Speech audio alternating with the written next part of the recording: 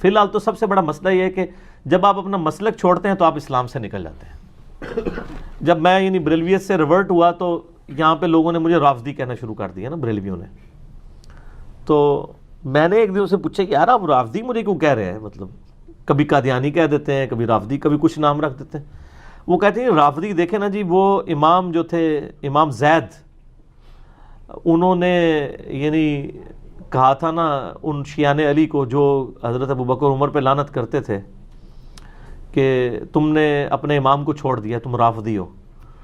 تو میں نے کہا ان کا تو سمجھ آتی ہے، میں کیسے رافضی ہوا، ہم تو صحابہ کرام کی عزت کرتے ہیں. کہتے نہیں، آپ نے ہمارے امام کو چھوڑ دیا مظفر بریلوی صاحب کو، تو آپ اس اعتبار سے رافضی ہیں. سر تو سر ہمیں پھر فخر ہے اس کے اوپر کہ ہم ساروں کو چھوڑ کے نبی علیہ السلام کو اپنا امام مانتے ہیں الحمدللہ. تو آپ ہمیں رافضی کہیں گے، یعنی دیوبندی بھی کہیں گے رافضی ہے، بریلوی بھی کہیں گے رافضی ہے، اہل حدیث تو ویسے ہی بیچارے اور چکر میں پڑے ہوئے ہیں، وہ بھی کہہ دیں گے. اور اس حساب سے تو شیعہ بھی ہمیں رافضی کہیں گے، سارے کہیں گے. تو وہ یعنی لوگوں کی اپنی ایک مینٹالٹی ہے، لوگوں کو کیا سمجھایا جائے. بس موٹی سی بات یہی ہے کہ جو آپ کا مسلک چھوڑ دے وہ اسلام سے خارج ہے. اور یہ میں مذاق کے طور پہ نہیں کہہ رہا، یہ بالکل جینون بات ہے. میں نے کئی بار یہ کہا ہے کہ آپ کسی بریلوی ریناؤنڈ عالم کو، پاکستان کے سب سے ٹھنڈا بندہ کون ہے، مفتی منیب الرحمان ہے نا، ان کو وہ اس وقت تنظیم المدارس کے ہیڈ بھی ہیں. پاکستان میں 3 بڑے یعنی بورڈ ہیں علماء کے، جیسے یہاں پنڈی بورڈ اور وہ فیصل آباد بورڈ، یہ بورڈ بنے ہوئے نا، اس طرح جو علماء کے بورڈ ہیں وہ 3 ہیں. تنظیم المدارس بریلویوں کا ہے، اور وفاق المدارس دیوبندیوں کا ہے، اور ایک تیسرا ہے وفاق المدارس السلفیہ، وہ ہے ان کا اہل حدیث کا، اور ایک اہل تشیع کا بھی ہے. یہ 4 ہے. بریلویوں کا جو تعداد میں سب سے زیادہ ہے، ان کا جو ہے وہ تنظیم المدارس ہے، اور اس کے ہیڈ جو ہے مفتی منیب الرحمان صاحب ہے. ٹھیک ہے جی، جو ماشاءاللہ بلٹ فار دا کل، وہ ایک ہوتا ہے نا اس میں پروگرام نیشنل جغرافک میں، تو مفتی صاحب بلٹ فار دا رویت ہلال کمیٹی ہیں، کیونکہ وہ پچھلے تقریباً میرا خیال 20 سال تو ان کو ہو چلے ہیں رویت ہلال کمیٹی کے چیئرمین ہی ہیں. ان سے کہہ دیں کہ وہ یہ فتویٰ لکھ دیں کہ میں بریلوی ہوتے ہوئے بھی دیوبند اہل حدیث شیعہ کو اگرچہ گمراہ سمجھتا ہوں اور میں ان کو دوستی بھی مانتا ہوں، لیکن یہ ہے مسلمان ہیں، ایک نہ ایک دن عذاب بھگت کے جنت میں چلے ہی جائیں گے. یہ اپنے یعنی مدرسے کے پیڈ کے اوپر لکھ کے نا اپنی مور کے ساتھ یہ دے دیں، کبھی بھی نہیں دیں گے. تو اس کا کیا مطلب ہے، وہ ان کو کافر سمجھتے ہیں، کیونکہ مسلمان نے تو ایک نہ ایک دن جنت میں چلے جانا ہے. یہ ہے نا عقیدہ قرآن و حدیث کی روشنی میں. تو ان کو کیا حرج ہے یہ کہہ دینا کہ جی بریلویوں کے علاوہ جتنے فرقے ہیں یہ گمراہ بھی ہیں، دوستی بھی ہیں، کروڑوں سال دوزخ میں جلیں گے، لیکن آخر میں اللہ تعالیٰ ان کو اٹھا لے گا. وہ سر آخر میں اٹھانے کے بھی قائل نہیں ہیں.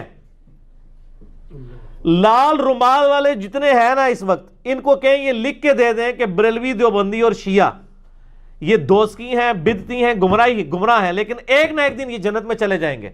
سر کو لال رومال والا آپ کو لکھ کے دے گا؟ نہیں. تو کیا مطلب ہے، یہ کافر سمجھ رہے ہیں ان کو. تو نواقض اسلام ہو گیا نا. اہل حدیث کے نزدیک بریلوی، شیعہ اور دیوبند کافر ہیں. دیوبند، اچھا آپ کے یہ دیوبند لوگ کہتے ہیں دیوبند والے تھوڑے ماڈریٹ ہیں، اور پھر جب نام لیں تو کہتے ہیں طارق جمیل. میں کہتا ہوں کوئی اور نام لے، کہتے ہیں طارق جمیل. پھر میں کہتا ہوں کوئی اور نام لے، کہتے ہیں طارق جمیل. تو طارق جمیل صاحب کو تو خود ٹھڈے مار کے دیوبند کے علماء نے دھمکیاں دے دے کے اپنے مسلک سے باہر پھینک دیا ہوا ہے. ان کے خلاف اتنی موٹی کتاب آ چکی ہوئی ہے. طارق جمیل صاحب دیوبندی تو نہیں ہے، وہ آپ وہ کہیں بھی دیوبندی ہو تو ان کو لوگ نہیں مانتے. ٹھیک ہے، آپ اپنے ریناؤنڈ علماء جن کو آپ نے لانچ کیا ہوا ہے، مثلا میں کہتا ہوں الیاس گمن صاحب، وہ لکھ کے دے دیں جو مناظرے کر رہے ہیں کہ جی دیوبندیت کے علاوہ جتنے فرقے ہیں وہ گمراہ ہیں، لیکن ایک نہ ایک دن انشاءاللہ تعالی عذاب بھگت کے جنت میں چلے ہی جائیں گے. یہ لکھ دیں گے؟ نہیں. تو سر یہ گمراہ تو انہوں نے صرف آپ کے اوپر لیبل لگایا ہوا ہے، اصل میں اندر سے کافر کہہ رہے ہوتے ہیں.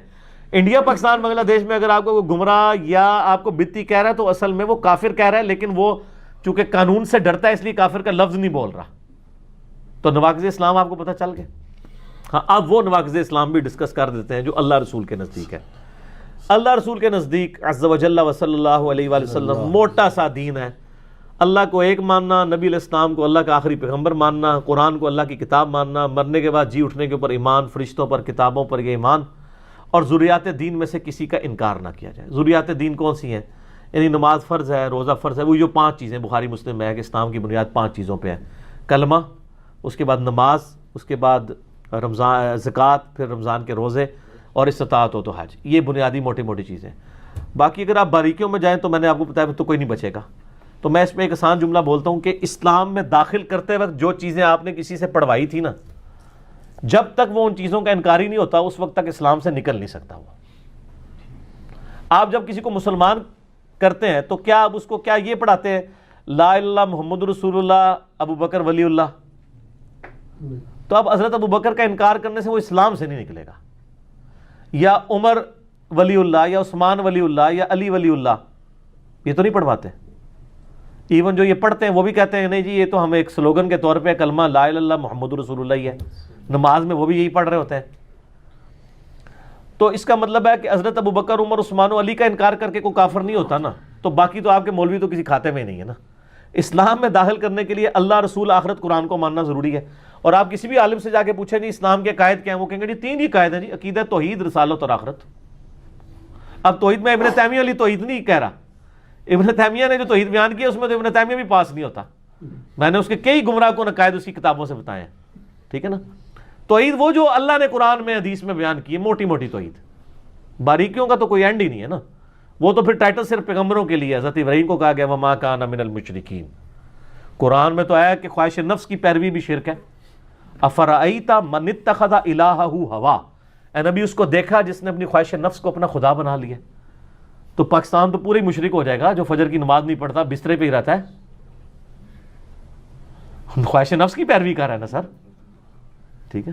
بڑے بڑے مواعظ فارغ ہو جائیں گے، ٹھیک ہے، تو اس کا تو کوئی اینڈ ہی نہیں ہوگا۔ باقی علماء پہ اگر آپ جائیں گے تو ماشاءاللہ آپ کو بتایا نا کہ وہ تو اتنے نواقض اسلام آپ کو بتائیں گے کہ وہ تو اگر آپ کسی، یعنی پاکستان میں کروڑوں لوگ ایسے ہیں جن کے سامنے آپ یہ کہہ دینا کہ نبی علیہ السلام انسان تھے تو آپ کے نزدیک وہ آپ ان کے نزدیک گستاخ رسول ہیں۔ گستاخ رسول کا مطلب کیا ہے؟ کافر نہیں سر، واجب القتل، مرتد۔ کافر چھوٹا لفظ ہے، یہ بڑا ہلکا لفظ ہے، مرتد، اور ایسا مرتد جس کی توبہ بھی قبول نہیں ہے، کیونکہ یہ کہتے ہیں کہ گستاخ رسول کی توبہ قبول نہیں ہوتی۔ یہ بھی ڈاکٹرائن آپ نے سمجھنی ہے۔ وہ کہتے ہیں اللہ کے گستاخ کی توبہ ہے، نبی کے گستاخ کی نہیں ہے۔ اچھا جی، تو جب جس ملک میں یہ حال ہو لوگوں کا، وہاں آپ کیا ایکسپیکٹ کریں گے نواقض اسلام؟ تو ٹھیک ہے، ہم تو ان تلخ رویوں کے خلاف یعنی شروع سے بول رہے ہیں، اور یعنی یہ اپنے لیے ہم یعنی اس ملک کو ہم جہنم بنا رہے ہیں اس حوالے سے کہ یہ علماء نے جس طرح کے تلخ رویے پبلک کے اندر پروپیگیٹ کر دیے نا، کفر و شرک کے اور گستاخانہ رسول کا فتویٰ لگانے کے، کسی بندے کو نہیں چھوڑتے، کوئی بات نہیں جانے دیتے۔ یعنی آپ اگر یہ کہہ دیں کہ نبی علیہ السلام فوت ہو چکے ہیں، ٹھیک ہے، وہ کہتے ہیں جی وہ نبی علیہ السلام کو یعنی موت آ گئی ہے، آپ یہ جملہ بول کے دیکھیں، وہ ماننے کے لیے تیار نہیں ہے۔ ہم نے خود ٹیسٹ کیا، ہم نے یعنی ایک بندے کے سامنے جو کٹر بریلوی تھا یہ بات رکھی کہ ایک شخص کہتا ہے کہ نبی علیہ السلام کو جب دفنایا جا رہا تھا تو اس وقت آپ کی زبان ہل رہی تھی اور آپ امتی امتی کہہ رہے تھے۔ اب یہ عشق رسول کی ایک جھوٹی سی بات انہوں نے مشہور کی ہوئی، حالانکہ کہیں موجود نہیں ہے۔ تو بتاؤ یہ عاشق رسول ہے یا وہ عاشق رسول ہے جو یہ کہے کہ جو محمد کی عبادت کرتا تھا وہ جان لے کہ محمد مر گئے ہیں، اور جو اللہ کی عبادت کرتا تھا وہ جان لے اللہ زندہ ہے؟ وہ کہنا یہ دوسرا تو بہت بڑا بغیرت اور گستاخ رسول ہے۔ اس کو تو نہیں پتا نا کہ حضرت ابوبکر کا خطبہ ہے یہ بخاری میں، من کان یعبد محمدا فإن محمد قد مات، کیونکہ عشق کی جو ڈاکٹرائن پڑھائی ہے نا اس میں واقعی انتہائی گستاخانہ جملہ ہے۔ حضور کی میت کے اوپر حضور کے فضائل نہیں بیان ہو رہے، بلکہ کیا ہو رہا ہے کہ فوت ہو گئے ہیں، ان کی عبادت نہیں ہوتی تھی، اللہ کی عبادت کرو۔ سر کسی بھی دنیا کے بندے کی وفات کے اوپر اس کی تعریف کی جاتی ہے، اور نبی علیہ السلام کی تربیت کیا ہے کہ حضرت ابوبکر صدیق کیا کہہ رہے ہیں؟ پہلا خطبہ بخاری میں الفاظ یہ ہیں کہ جو کوئی محمد کی عبادت کرتا تھا جان لے کہ محمد فوت ہو گئے، اور جو اللہ کی عبادت کرتا تھا جان لے کہ اللہ تعالیٰ کو موت نہیں آئے گی، وہ زندہ ہے۔ مجھے بتائیں صحابہ میں کوئی حضور کی عبادت کرتا تھا؟ کوئی بھی نہیں. تو یہ ایک جعلی جملہ گھڑ کے بتانے کی ضرورت کیا تھی؟ اس لیے کہ جو بعد میں جعلی عاشقان رسول آنے تھے نا، ان کے منہ پہ ہم تھوپ سکیں کہ یہ نبی کی تربیت ہے. حضرت ابوبکر کو پتا تھا کہ پہلے انسانیت نے بہت بڑا رسک لیا ہے کہ آج اس وقت دنیا کا سب سے بڑا شرک ایک پیغمبر کے نام پہ ہو رہا ہے. کون؟ عیسیٰ ابن مریم. اور وہ شرک سامنے تھا. نبی علیہ السلام نے بھی دوسرا عیسیٰ ابن مریم بن جانا تھا اگر آپ تعلیمات نہ یہ دیتے. بخاری میں حدیث ہے، میری شان کو اس طرح بلند نہ کرنا جس طرح عیسائیوں نے اپنے نبی کو بڑھا دیا تھا. میں اللہ کا بندہ اور اس کا رسول ہوں، مجھے اللہ کا بندہ اور اس کا رسول کہنا. یار وہ اصحاب جو بخاری مسلم میں آتا ہے آپ کے وضو کا پانی نہیں گرنے دیتے تھے، آپ کا بلغم اپنے ہاتھوں پہ لے کے چہرے پہ ملتے تھے، آپ کا پسینہ خوشبو کے لیے استعمال کرتے تھے، آپ کے کرتے کا دھون استعمال کرتے تھے، آپ کے بال مبارک یعنی ایز اے تبرک رکھتے تھے، اتنی عقیدت رکھتے تھے. وہ اصحاب یہ کہہ رہے ہیں کہ محمد علیہ السلام فوت ہو چکے ہیں اور ان کی میت کے اوپر، اور ساتھ فیبریکیٹڈ جملہ بول رہے ہیں کہ جو کوئی محمد کی بات کرتا تھا جان لے کہ محمد فوت ہو چکے ہیں. حالانکہ کوئی بھی نہیں تھا کرتا، آج بھی کوئی نہیں کرتا. لیکن اتنا سخت جملہ بولنا، میرا خیال ہے اگر مدینہ شریف میں 295C لگی ہوتی نا اس زمانے میں تو حضرت بکر گئے تھے، کیونکہ انہوں نے کہنا تھا یار اس نو پوچھو یہ کیڑا عبادت کرتا ہے ساڈے چوں، اسی کو نبی نو خدا مننے ہاں. یہ تو یہی کہتے ہیں نا وہاں پہ، اسی خدا تے نہیں منتے، خدا دا بندہ مننے ہاں، اسی کو تو خدا مننے ہاں. تو کی تقریر پہ کرنا ہے کہ جو محمد عبادت کرتا تھا وہ جان لے کہ محمد فوت ہو گیا. تانوں کوئی اور گل نہیں سمجھ آئی؟ تانوں حیات النبی نہیں یاد آئی، وفات النبی یاد آ گئی ہے؟ تو حضرت ابوبکر پہ 295C لگا دینی تھی انہوں نے پکڑ کے. سر یہ قرآن و سنت میں جو دین ہے وہ اور ہے، انڈیا پاکستان بنگلہ دیش میں جو دین ہے یہ اور ہے. بس اس سے زیادہ سخت جملہ نہیں میں بول سکتا تھا.